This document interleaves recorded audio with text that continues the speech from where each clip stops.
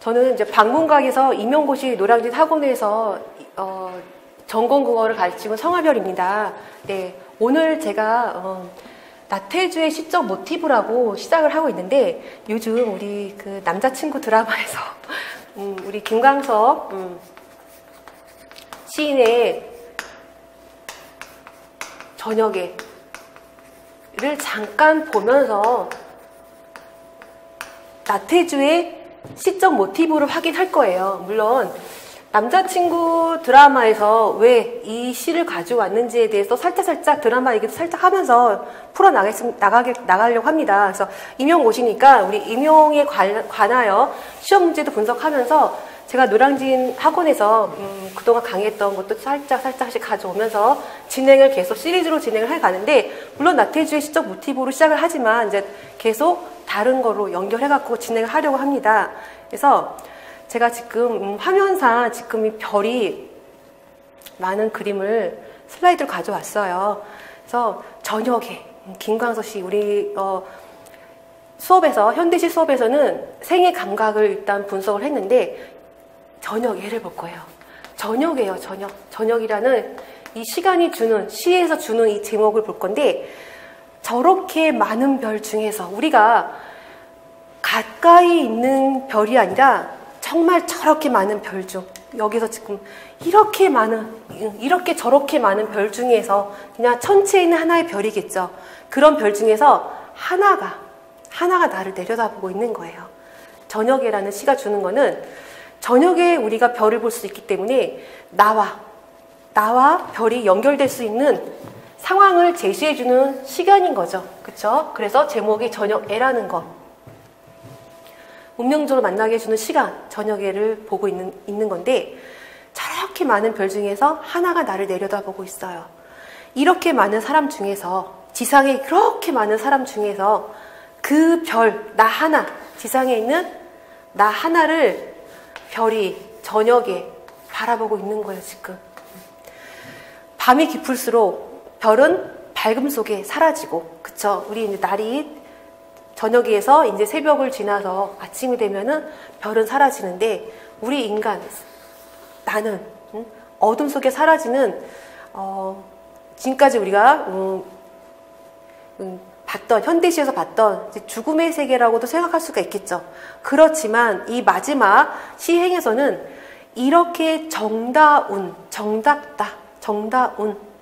너 하나, 나 하나는 어디서 무엇이 되어 다시 만나랴 하면서 만날 거라는 어느 긍정적인 의미로 시상을 마무리하고 있어요. 그리고 정답다고 합니다. 우리 이렇게 많은 별들이 있는데 이 많은 별 중에 많은 지구의 많은 사람들 중에 나 하나를 바라보는 이 관계가 어떤 관계냐면 정다운 관계예요. 정다운 관계.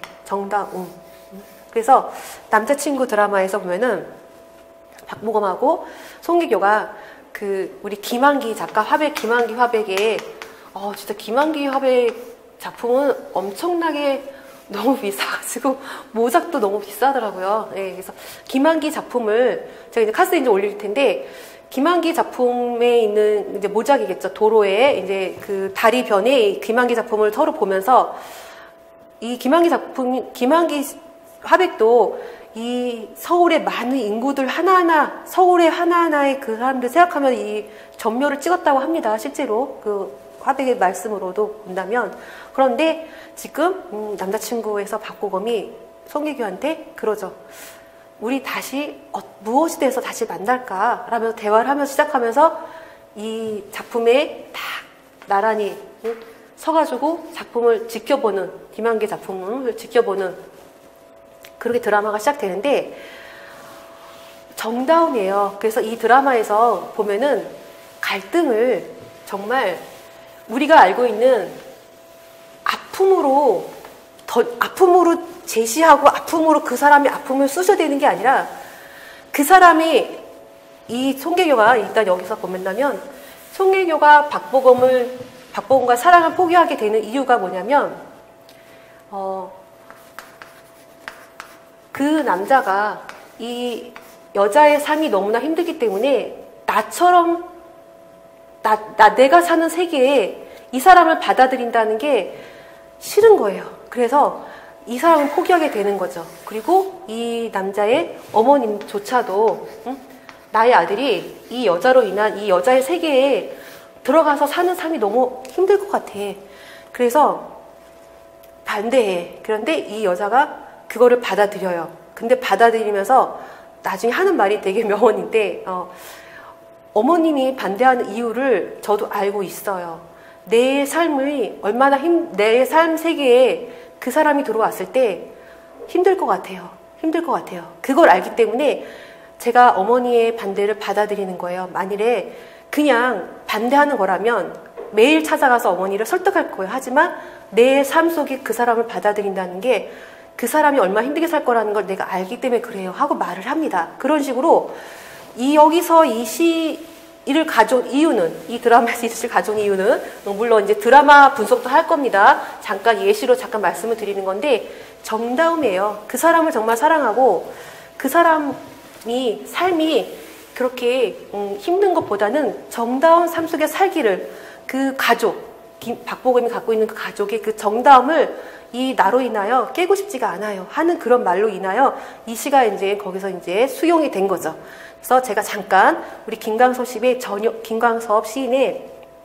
저녁을 잠깐 말씀을 드리면서 다시 나태주 시 분석을 할 건데 지금 여기에 이 시가 의도하는 거는 관계, 인간 간의 관계인데 어떤 관계냐? 정다움의 관계예요. 그래서 나중에 이거는 다시 다른 시와 연결해서 한 번 더 볼 거고 지금 3년에서 1년, 2년, 3년에서 이렇게 정다운 너 하나 나 하나는 어디서 무엇이 되어 맛이 만나랴 하면서 우리 방금 현대시에서 분석했던 그런 불교에 관한 그런 시를 좀 많이 봤는데 대상과 인연은 영원히 되풀이 된다는 불교의 윤회설의 바탕을 둔 표현이라고 합니다. 그래서 미래에 대한 화자의 기대, 희망이 담겨져 있는 거죠. 그래서 결국은 박보검과 송혜교가 이제 사랑으로 마무리를 하죠. 받아들이고 그 받아들인 관계도 나중에 더 설명을 드릴 건데 드라마 분석할 때요. 미래에 대한 화자의 기대, 희망이 나타나 있고 어떤 관계로 따뜻한 정다운 인간관계를 회복하길 바라는 소망을 표현하고 있는 거예요. 그래서 이 시의 의도는 새로운 관계 형성의 소망이에요. 그런데 어떤 소망? 따스한 소망, 따스한 관계의 소망. 그래서 화자는 친밀한 관계가 소멸한 존재들 사이에서 정다움이라는 진리를 찾아가는 게 이 시에 화자가 의도하는 분위기죠. 정다움이 존재하는 한 대비적 존재인 인간. 나는 별은 화남으로 사라지지만 인간은 유한성으로 사라지고 있는데 그래도 우리는 다시 만날 거야. 무엇이 되어서도 다시 만날 거야 하면서 그 관계를 형성하는 소망을 말하는 시였어요. 그리고 그 드라마가 이 시를 가져온 이유도 그렇게 마무리를 하고 있죠. 나태주의 그리움을 볼게요. 제가 사실은 저 네모칸의 예쁜 형상이 되어 있는 나무잎을 갖고 왔는데 이게 지금 받아들이지 못하네요. PPT가. 그래서 네모칸으로 되어 있는데 나태주의 그리움을 볼게요. 이 나태주 시인을 이제 우리 임용에서 시험 문제 나올 때는 뭐냐면 상징과 은유로 나와요. 다 상징과 은유로 표현된 시가 주로 이루기 때문에 많은 연구자들이 나태주 시인 한다면 그 시인은 시적 모티브를 자연과 인간을 하나로 보고 있어. 그러면서 또 강조하고 있는 게 뭐냐면 상징과 은유예요. 우리 현대시 할 때 상징과 은유를 좀 봤는데 여기도 살짝 좀 마무리를 하면서 진행을 할게요. 가지 말라는데 가고 싶은 길이 있고요. 만나지 말자면서 만나고 싶은 사람이 있어요. 그리고 하지 말라면 더욱 해보고 싶은 일이 있다고 합니다. 그게 인생이고 그게 그리움이고 그게 바로 너예요. 방금 우리 봤던 은유 형식을 잠깐 확인하고 진행할게요. 그것이 뭐였어요? 그리움이었어요. 그리움은 인생이고 또 뭐야? 그리움은 너예요. 이렇게 A와 B, A와 B가 각각 존재를 하는데 A와 B가 겹쳐지는 부분에서 새로운 의미가 생성이 되는 거예요. 이게 우리가 은유라고 우리 수업 시간에 말씀을 드렸는데 너 너. 근데 그 너가 지금 어떤 너인지는 각각 그리움과 너가 있는데 거기에 속해져 있는 어떤 새로운 의미가 우리한테 존재하고 있는 거죠. 그게 은유 형식이라는 거, 은유적인 성식을 갖고 있고 이 하나하나의 이 은유의 우리 상징은 확장된 은유라고 말씀을 드렸어요. 사실 은유긴 하지만 상징도 뭐냐면 확장된 은유예요. 그러니까 상징도 사실 같은 카테고리에 있다고 사실 볼 수는 있는 거죠. 상위 범주, 하위 범주 나눌 수 있지만, 그래서 나태주 시인의 분석을 할 때 보면은 은유와 상징을 계속 거론하고 있는 이유가, 이런 이유가 있는 거죠. 나태주 시인의 시사적 의미를 볼게요. 왜 남자친구 드라마에서, 물론 드라마에 있는 인물 때문에도 많이 거론이 되고 있지만, 나태주 시인의 시사적 의미를 많이 찾으려고 하는 그런 분위기가 지금 조성이 되고 있는데, 자연의 생명력, 우리 오늘 지금, 그러니까 지금 이 유튜브에 촬영하기 전에 우리 그냥 본 강에서 계속 진행했던 자연을 많이 봤어요. 그때 그 생명력을 많이 받고 했는데, 자연의 생명력을 통해서 깨달음, 교훈, 그걸 얻는 게 나태주 시인의 시에 많이 의미가 들어져 있어요. 그리고 계속 시적 모티브는 자연과 인간을 하나로 본다는 것, 거기서 모티브를 얻고 있다는 것, 중요한 핵심을 한번 말씀을 드리고, 사고의 형성, 우리가 사는 것. 그래서 무엇을 추구하고 무엇을 느끼고 있다라고 말을 할 수가 있는데, 이 시는 방금 본 시처럼 계속 뭔가 이미지를 계속 이렇게 가져오는 게 있는데, 그거를 자연물에서 찾아오는 거죠. 그러니까 자연물에서 찾아오는 거고, 그거를 시에서 이미지가 정서적, 감각적 차원을 넘어선 추상적 의미까지 암시를 할 때 우리는 상징적 이미지라고 해요. 많은 상징적 이미지, 무슨 이미지가 있는데, 우리가 지금 이 나태주 시를 볼 때는, 이제 오늘 시인을 볼 거는 몇 개 안 돼요. 대수밭에서 잠깐 볼 건데, 그거 보기 전에 우선 상징적 이미지에서 조금 상관되는 거를 잠깐 확인을 할게요. 이 시는 우리가 살면서 뭐 웃음과 울음으로 사는 이 삶에서 이 고통을 극복하는 거를 어떻게 극복하냐면, 자연물에서 위안을 삼아요. 가을 떡갈나무 숲처럼 마지막 잎새를 떨구면서 볼을 비벼봐 하면서, 그런 것처럼 처음에 이제 초등학교 교사 공주 사대 나오셨나? 거기서 초등학교 교사를 하시고 계셨는데, 거기서 어떤 여교사를 사랑했다고 합니다. 그런데 실연을 당한 거를 시작을 하여서 시를 썼다고 해요. 실제적으로 본다면. 그래서 약간 이별에 대한 시련? 그런 것도 많이 형상화되어 있고, 그리고 이 시인은 위로를 받는 장소, 또 위로를 받는 대상을 자연물로 하고 있는 건데, 자연이라는 거는 사실은 요즘 시대에 그런 현실 인식을 자연으로 받아들이는 것 너무 역으로 가는 거 아닌가라는 반론을 제기할 수도 있지만, 그 현실 인식을 자연에서 그치지 않고요, 그거를 현대를 의식하고 극복해 가는 과정까지로 시가 형상화되고 있어요. 그렇기 때문에 예전에 그런 한시 같은 느낌이 아니라, 이 시인의 또 특징이 뭐냐면, 자연물로 이루어지는 시를 본다면 조금 고풍스럽지 않을까 할 수 있는데, 서정적인 소재로 가긴 해요. 하지만 형상을 해요. 하지만 현대적인 그런 모순들, 고통들을 끌어내서 그걸 극복해가지까지 가는 거로 나가기 때문에 우리가 이 시를 분석하는 시사적 의미가 있는 거죠. 나태주의 관심, 시인의 관심을 본다면 많은 시에서 보면은 자연이 두드러지게 드러나 있고요. 인간과 동물, 많은 동물들이 드러나 있고, 특히 식물이 많이 드러나 있습니다. 그래서 나태주의 관심 중에 자연 중에서, 동물 중에서 식물을 우선적으로 확인을 할 겁니다. 그래서 인간과 자연의 핵심적 요소, 인간, 사랑이 정말 가득해요. 나태주의 시적 주제는 생명이에요. 자연에서 받아줄 수 있는, 자연에서 회복할 수 있는, 자연으로부터 받을 수 있는 위안 같은 거를 생명력에 갖고 있어요. 갖고 있고요. 그래서 압축된 시적 이미지, 생명력, 생명의식이에요. 생명의 절정, 그리고 간결하게, 아까 우리가 본 시도 마찬가지로 참 간결했어요. 그리움이라는 시 정말 간결하게 갖고 왔고, 다른 시 또한 그렇고, 우선 문학 속의 자연이라고 우리는 이 나태주의 분위기를 확인할 수가 있는데, 인간에게 삶의 한 공간을 제공하는 수동적 본관이라고 할 수 있겠죠. 자연은 그런 상관물로 우리한테 존재하고 있어요. 그리고 계속 반복해서 확인했던 인간사를 대변해 줄 수 있는 탄생과 소멸과 우리 봤던 나중에 뗄감까지도 가서 다비를 이루는, 그렇게까지 가는, 다시 환생해가는 이별의 의미도 동반하고 있고요.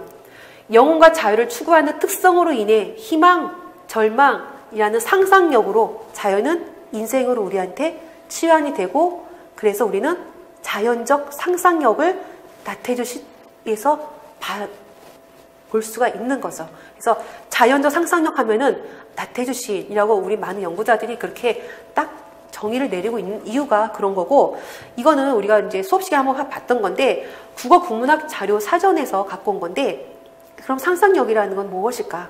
이미지를 계속 기억하는 능력이에요. 우리가 살면서 뭔가를 추구하고 느끼고 하는 그런 감정이 둔화되기 전까지, 둔화됐다라는 말보다 좀 더 적극적으로, 아니면 심도 있게 본다면 둔화가 되기 전은 약간 부정적인 의미가 있지만, 우리는 이 감정을 어떤 이미지를 통해서 감정을 여기다가 담아버리는 거죠. 담아버리면서 노출하지 않지만 감정이 없는 건 아니죠. 노출하지 않는 거예요. 다만 상상력으로 형상화시키고 둔화되지 않도록 내 감정을 계속 스스로 기억하려고 하는 것. 그게 상상력이라는 거죠. 과거에 보고 듣던, 우리 일반 표준 국어 대사전에서 정의하는 것과 달리 국문학 자료에서 제공하고 있는 상상력은 과거에 보고 듣고 했던, 겪었던 이미지를 계속 마음속에 생각해내는 일이라고 정의하고 있어요. 그래서 정서, 지성, 감각 중심으로 해서 체험의 요소들을 종합하고 조직해서 초월적인 가치를 창조하는 능력이라고 합니다. 초월적인 가치. 그러니까 둔화라는 부정적인 게 아니라 거기에 뭔가 많은 걸 형상화하면서 계속 담아내는 거죠. 담아내는 거죠. 네. 오늘도 아까 우리 선생님들하고 같이 얘기를 했지만 계속 뭔가를 담아내고 있는 것, 그게 상상력이라는 것. 나태주의 상상력에서 정말 선한 마음, 아주 시온의 마음, 애정어린 눈으로 봐요. 모든 사물과 자연과 인간과 동물과 식물들을 그렇게 봐요. 현재는 지금 좀 전에 우리 곽지구의 도라지 꽃을 봤는데 외할머니의 부분이에요. 우리의 조상들을 표상하는 컬러 중에 하나가 흰옷 입은, 흰옷이라는 그런 의미가 있잖아요. 이 외할머니도 이 나태주 시인도 실제적으로 외할머니한테 컸다고 합니다. 그래서 외할머니와 시골에 자랐던 그 정서가 많은 시적 영감을 주고 있어요. 그래서 이 외할머니 시를 봤을 때도 나태주의 그 상상력이, 그 시원이 어디서 존재하는지를 우리 볼 수가 있는데, 과거를 그리워하는, 그러니까는 크게 본다면 나태주의 상상력은 자연에서 보는 거하고, 또 어렸을 때 자연에서 할머니와 살았던 그 자연으로 돌아가는 회귀적 상상력이 존재하고 있어요. 그래서 크게 보류를 나눈다 한다면 대표적인 게 이 외할머니 부분인데, 우리 손자 언제 오나 하면서 조마조마 혼자서 기다리고 계실 것이다. 지금은 안 계세요. 돌아가셨어요. 생각하는 거예요. 회귀하는 거예요. 그래서 크게 이제 이 나태주 시인의 부류를 나눈다면 회귀적 상상력이 이제 또 나오는데, 그래서 그 시절로 가고픈 마음에 현재 진행형인 조마조마 혼자서 기다리고 계실 것이다. 그래서 내면 공간으로 들어가고 있는 거예요. 시방도 현재도 언덕에 서서만 계실 것이다. 언제 오나 하면서 흰 옷 입은 외할머니는 하면서 부분만 걔가 갖고 왔는데 진행하면서 계속 확인을 할 거예요. 그래서 나태주 시인 하면은 어렸을 때 외할머니가 살았던 그 공간을 가져오는 시가 또 주를 이루고 있어요. 아까 말씀드린 식물, 동물, 자연 그런 것도 있지만 우리가 방금 봤던 그리움에서 은유 형식을 봤어요. 마찬가지로 이것도 우리 본강할 때 했던 이장희의 봄은 고양이로다 할 때 우리 학생들한테 로자 빼고 시험 볼 때만 로자도 차고 봄은 고양이야, 고양이다 라고 은유 형식, 제목이 은유 형식이야. 은유 형식 말할 때 이 시를 꼭 기억합시다 라고 했던 시인데 은유는 다시 한번 확인을 하는 거예요. 서술적으로 풀어본다면 은유는 A와 B가 다 봄이라는 A와 고양이라는 속성이 다 그대로 존재하면서 하나하나의 속성들을 같이 대비시켜 가면서 새로운 의미를 발견해 나가는, 새로운 세계를 발견해 나가는 그게 은유라고 말씀을 드렸고 다시 반복하는 거고 서술형 준비를 했을 때 확인하기 위해 작업을 한 거고요. 은유는 논리상의 모순으로 극복을 해 나가요. 속성들 다 그대로 존재해 가면서 새로운 세계를 만들어 나가는 거죠. 그래서 독자적으로 갖고 있으면서 동시에 새로운 의미를 형성해 간다라고 정확히 서술한다면 그렇게 서술할 수가 있고 고양이나 봄에서 연상되는 기존의 이미지를 갖고 있어. 봄의 성질, 고양이의 눈, 여기 이거 수염, 여러 가지의 털 다 갖고 와. 봄의 그 따스한 따스함, 또 나른한 그런 의미도 다 가져오면서 맥락을 이어가요. 그러면서 새로운 세계를 만들어내는데 이 내재적인 유사성, 겉으로 표현되는 그것보다는 내재적인 유사성을 가져오면서 은유의 속성을 드러낸다는 거죠. 그래서 은유, 우리 나태주 시인을 말할 때 은유, 확장된 은유, 상징을 같이 항상 기억해 줘야 된다는 거, 약간 기법을 먼저 말씀드리면서 시 계속 분석을 진행을 할게요.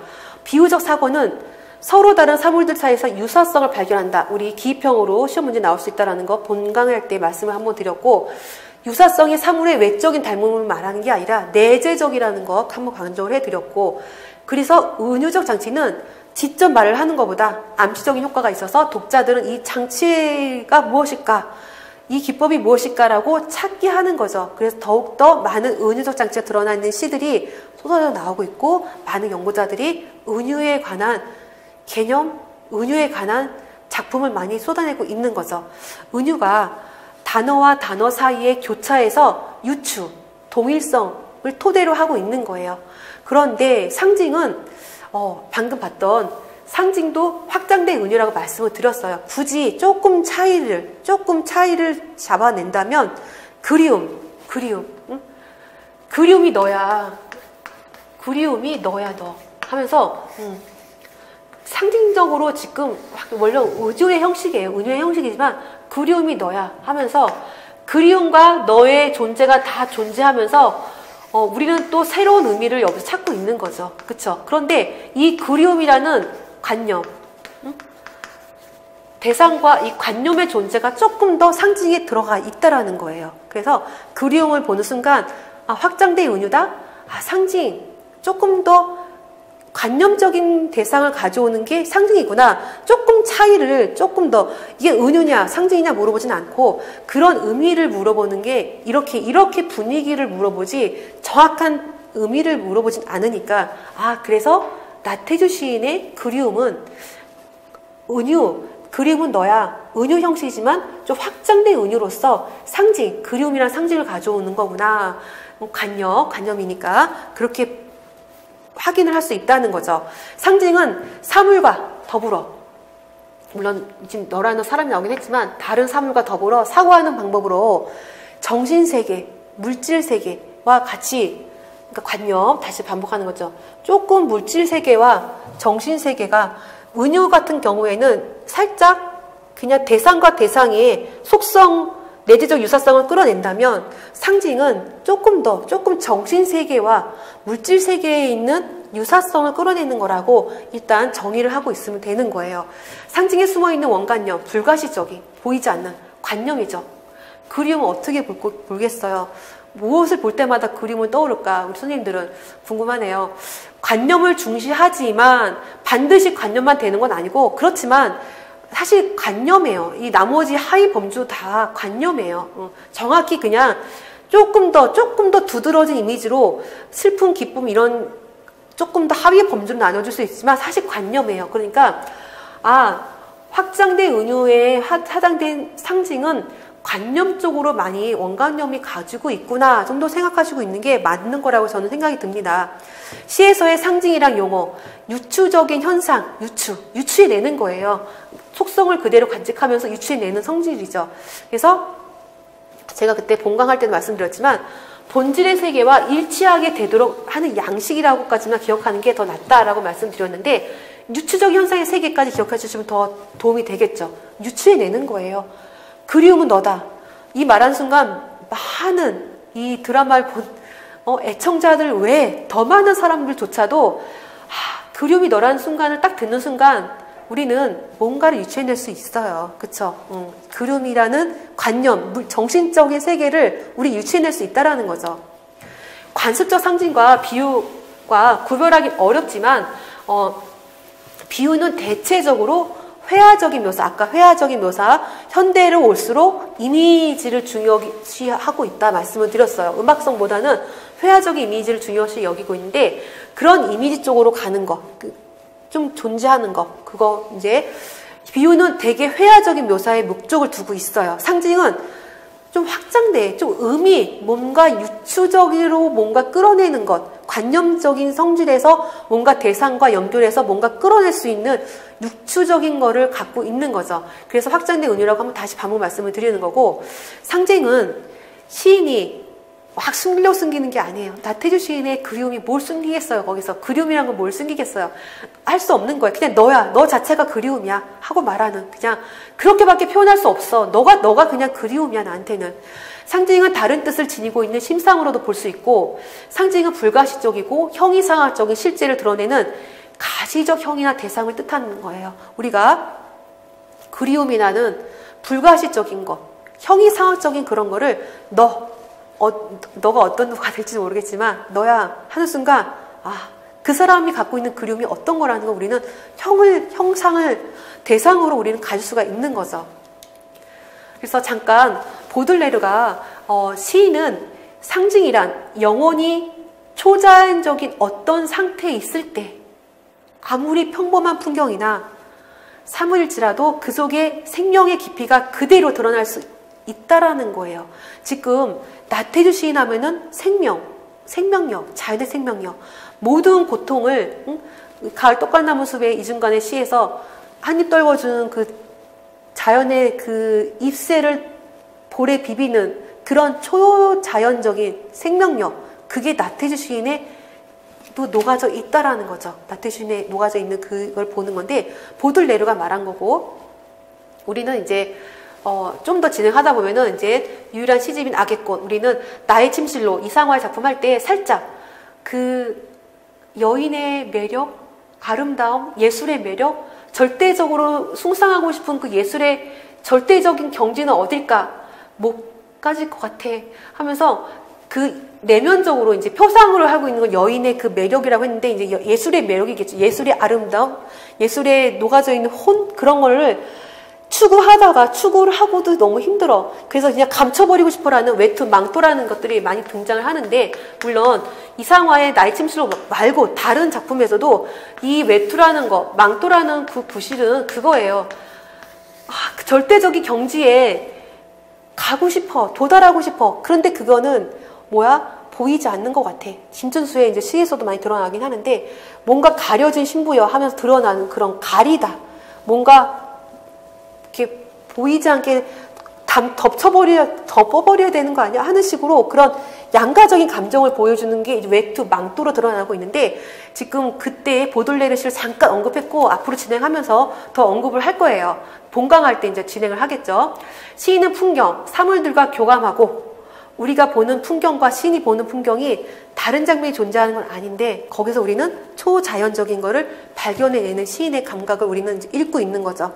영혼의 초자연적인 어떤 상태, 자신을 끌어올리는 거죠. 예술 경지를 끌어올리는 그런 것처럼. 근데 고통이 따라요. 괴테의 파우스트처럼 뭔가 계속 방황을 하고 고통을 안고, 그래서 그 고통을 덮어버리고 싶은 충동이 이르게까지 되는 외투망토로 덮어버리고 싶은 그런 충동. 그래서 이 보들레르는 그 상징의 숲으로 걸어 들어가면서 상징이란 거에 관하여 이렇게 말을 하고 있었습니다. 그리고 지금 우리가 마태주 씨의 이제 분석을 이제 대숲의 서서를 볼 건데, 많은 바람으로 많은 시집의 제목으로 하고 시로 하고 있고 시어로 하고 있는 많은 바람이, 근데 그 바람 안에 또 우리 바람이 부는 정말 초자연적인 바람 안에는 우리 마음에 바람이 불고 있는 거예요. 바람을 묘사하는 게 아니겠죠. 그렇기 때문에 공기의 움직임은 육체가 살기 위한 호흡이면서, 또 마음의 움직임은 우리 영혼이 살기 위해서, 아까 상상력, 우리는 뭔가 늘 생각하고 추구하고 느끼고 하는 우리의 시작인 거죠. 그래서 상상력이라는, 아까 뭔가를 계속 만들어내려는, 이미지하려고 하는 것. 공기와 마음은 눈에 보이지 않아요. 사물의 흔들림에서 공기의 움직임은 알 수 있고, 상상력이 만드는 이미지에서 우리는 마음의 움직임을 느낄 수 있어요. 그래서 우리는 어떤 그림이나 어떤 사람의 눈빛, 어떤 사람의 분위기를 통해서 멈추어 버리죠. 그러면서 그 멈춤이 어떤 멈춤이냐, 영혼이 살기 위해서 상상하는 멈춤인 거죠. 그러면서 우리는 눈에 보이지 않는 공기의 마음을, 그 사람의 마음을, 그 사람의 움직임의 흔들림에서 공기의 움직임을 보는 거지만, 우리는 그 사람의 마음의 움직임을 느끼는 거죠.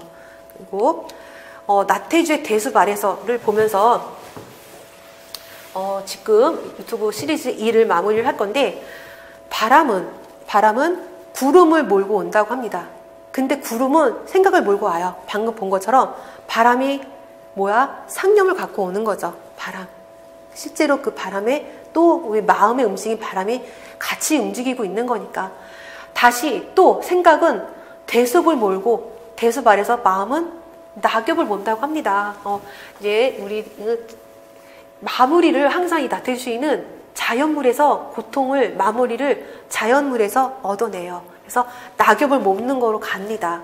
사실 이행에서 우리는 이 시인이 말하고자 하는 의미를 다 파악할 수가 있어요. 그래도 밤새도록 댄잎의 별빛 어리듯 그슬린 등피에는 너의 얼굴이 어리고, 이 시를 사랑하는, 짝사랑했던 여교사의 이별을 하고 썼다고 합니다. 실제로 인터뷰 자료를 본다면, 밤 깊어 대숲에는 후둑이다. 가는 밤 소나기 소리. 그리고도 간간히 사운드다. 가는 밤바람 소리. 소나기 소리, 밤바람 소리 들고 있는데, 어제는 보고 싶다 편지 쓰고, 어젯밤 꿈엔, 진짜 갑자기 꿈에 누가 나타나면 진짜 꿈에서 너무나 생생하게 그 사람과 만나는 꿈을 꾸면은 잠깐 뭔가 실현이 됐다는 착각이 들 수가 있어요. 그런데 그 꿈에서 쓰러져 울었다고 합니다. 그래서 얼마나 꿈에서 이별을 했나 봐요. 꿈에서조차도. 자고 나니까 진짜 눈에 눈물 자국이 남아 있는 거예요. 꿈에서도 너무 아파서 운 거예요. 그래서 눈물 자국이 남아 있는, 문을 여니 산골엔 실비단 안개가 쫙 껴져 있는 거예요. 지금 상황이 대숲 아래서 라는 시인데, 모두가 내 것만은 아닌 가을, 해지는 서역 구름만이 내 차지다. 동구 밖에 떠드는 애들의 소리만이 내 차지다. 또한 동구 밖에서부터 피어오르는 밤 안개만이 내 차지다. 하기는 모두가 내 것만은 아닌 것도 아닌 이 가을, 저녁밥 일찍이 먹고 우물가에 산보 나온 달림만이 내 차지다. 많은 달이 마지막에 이렇게 장식을 하고 있는데, 우물가에 밤이잖아요, 지금. 그쵸? 가을이야. 그리고 저녁을 드시고 나오신 거, 일찍 저녁을 드시고 나왔어. 그래서 산보를 아는데, 우물가에 있는 산보를 나왔는데, 달이 이제, 어떤 달인지는 모르겠지만, 비춰지는 거죠. 우리는 많은 작품에서 별이 비춰지는 거로 시상 마무리하고, 달이 비춰지는 걸 시상 마무리하는 거를 우리 본강에서도, 오늘 봤던 본강에서도 받았어요. 시상 마무리하는 게. 근데 달님이 지금 우물가에 비춰지는 모습을 보고 있는데, 좀 흐느적거리잖아요. 물에 있으니까. 그러니까 달님이 물에 빠져서 머리카락을 헹구는 처럼 흔들림을 보고 있는 거야. 그러니까 뭐야? 여인의 모습을 달에 투영해가지고 여인의 모습이 보이는 거겠죠. 그쵸? 바람은 구름을 몰고 구름은 생각을 몰고 다시 대숲 아래 내 마음은 낙엽을 본다 라고 1, 2행을 봤을 때 제가 어느 정도 마무리가 되는 느낌이 든다고 말씀드렸는데, 우선 시험 이제 기법 본다면 연세법이라는 거, 바람, 구름, 생각, 대숲, 내 마음이 다시 낙엽으로 가는 연세법의 그 시어를 쭉 기입하라 하면 나올 수 있는 문제죠. 그리고 구름은 화자의 상념이었어요. 바람이 구름 몰고 생각을 몰고 온다고 했어요. 우리 생각을 갖고 오는 매개체. 아까 바람의 정의를 살짝 말씀드렸는데, 그 바람은 마음의 움직임이니까, 그래서 생각, 상념을 갖고 온다는 거, 매개물 될 수 있고, 밤새도록 댄잎에 별빛 어리듯 그슬린 등피에는 너의 얼굴이 어리고 사운데다 가는 밤바람 소리. 등피는 등가죽의 뜻이라고 합니다. 밤새도록, 지금 너무 그리워갖고 밤새도록 하는데, 잠깐 잠이 들었는데 너무 그 꿈조차도 슬퍼서 눈물 자국이 남아있는 그런 지금 시상이 전개되고 있는데, 밤새도록 댄잎의 별빛 어리듯 그슬린 등피에는 너의 얼굴 어리고는 시각적 힘상으로 진행을 하고 있는 거죠. 밤새도록 화자가 느끼는 그리움이 얼마나 간절한지 시간적 길이를 표현하고 있는, 밤새도록 그리워하고 있는 거예요. 사운데다, 살랑거리다의 전라도 사투리라고 합니다. 바람, 풀, 벌레, 대숲 등이 작용하여 내는 작은 소리나 모습들을 표현하고 있는 게 사운데다. 살랑거리는 거. 바람이 부니까. 밤소나기 소리, 밤바람 소리는 너에 대한 그리움을 고조시키고 있는 청각적 이미지. 그래서 밤소나기 소리, 밤바람 소리는 그리움을 고조시키고 있는 대상으로 있다라는 것. 그래서 시각과 청각의 조화를 통해서 그리움을 계속 강조하고 있어요. 그리고 제가 처음 가져온 시, 그 그리움과 조금 연결되는 시라서 우선 이 대숲 아래 서서를 진행하고 있는 거고, 꿈, 일시적으로 성취되고 있지만 결국은 눈물자고 남아져 있는, 너무나 아프게 또 꿈이니까 이별을 해야 되는 걸 수도 있고, 현실이 아닌, 현실에서 이별을 했으니까. 자고 나니 눈두덩이에 메마른 눈물 자주, 문을 여니 산골엔 실비단 안개, 눈물 자주고 눈물 자국이고, 그리움으로 인한 슬픔의 시각화, 눈물 보여주니까 구체도 형상화하고 있는 것. 실비단 안개는 안개의 물기가 눈물을 연상하게끔 하는 거예요. 눈물이 글썽 그렁그렁 있는 그런 모습을 안개 물기로 연상을 되게끔 하고, 화자의 그리움, 안타까움 투영된 거죠.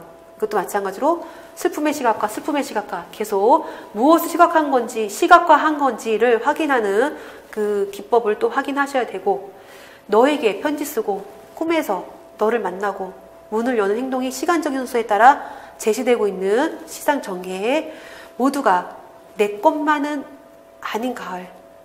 상실이죠. 이제 이미 다 내게 아니야. 체념하고 있는 어투, 화자의 태도, 체념적이다. 어조, 체념적이다. 서역구름, 애들의 소리, 밤안개.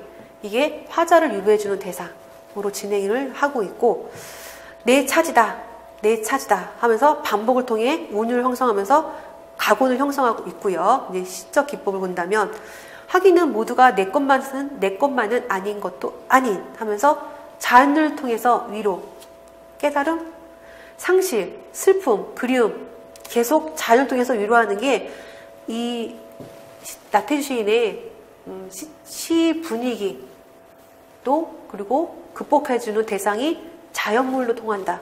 계속 반복 말씀드리는 거고, 달림, 화자를 위로해주는 대상. 우리가 맷단방, 신요수 맷단방에서 보면은 맨 마지막에 우물에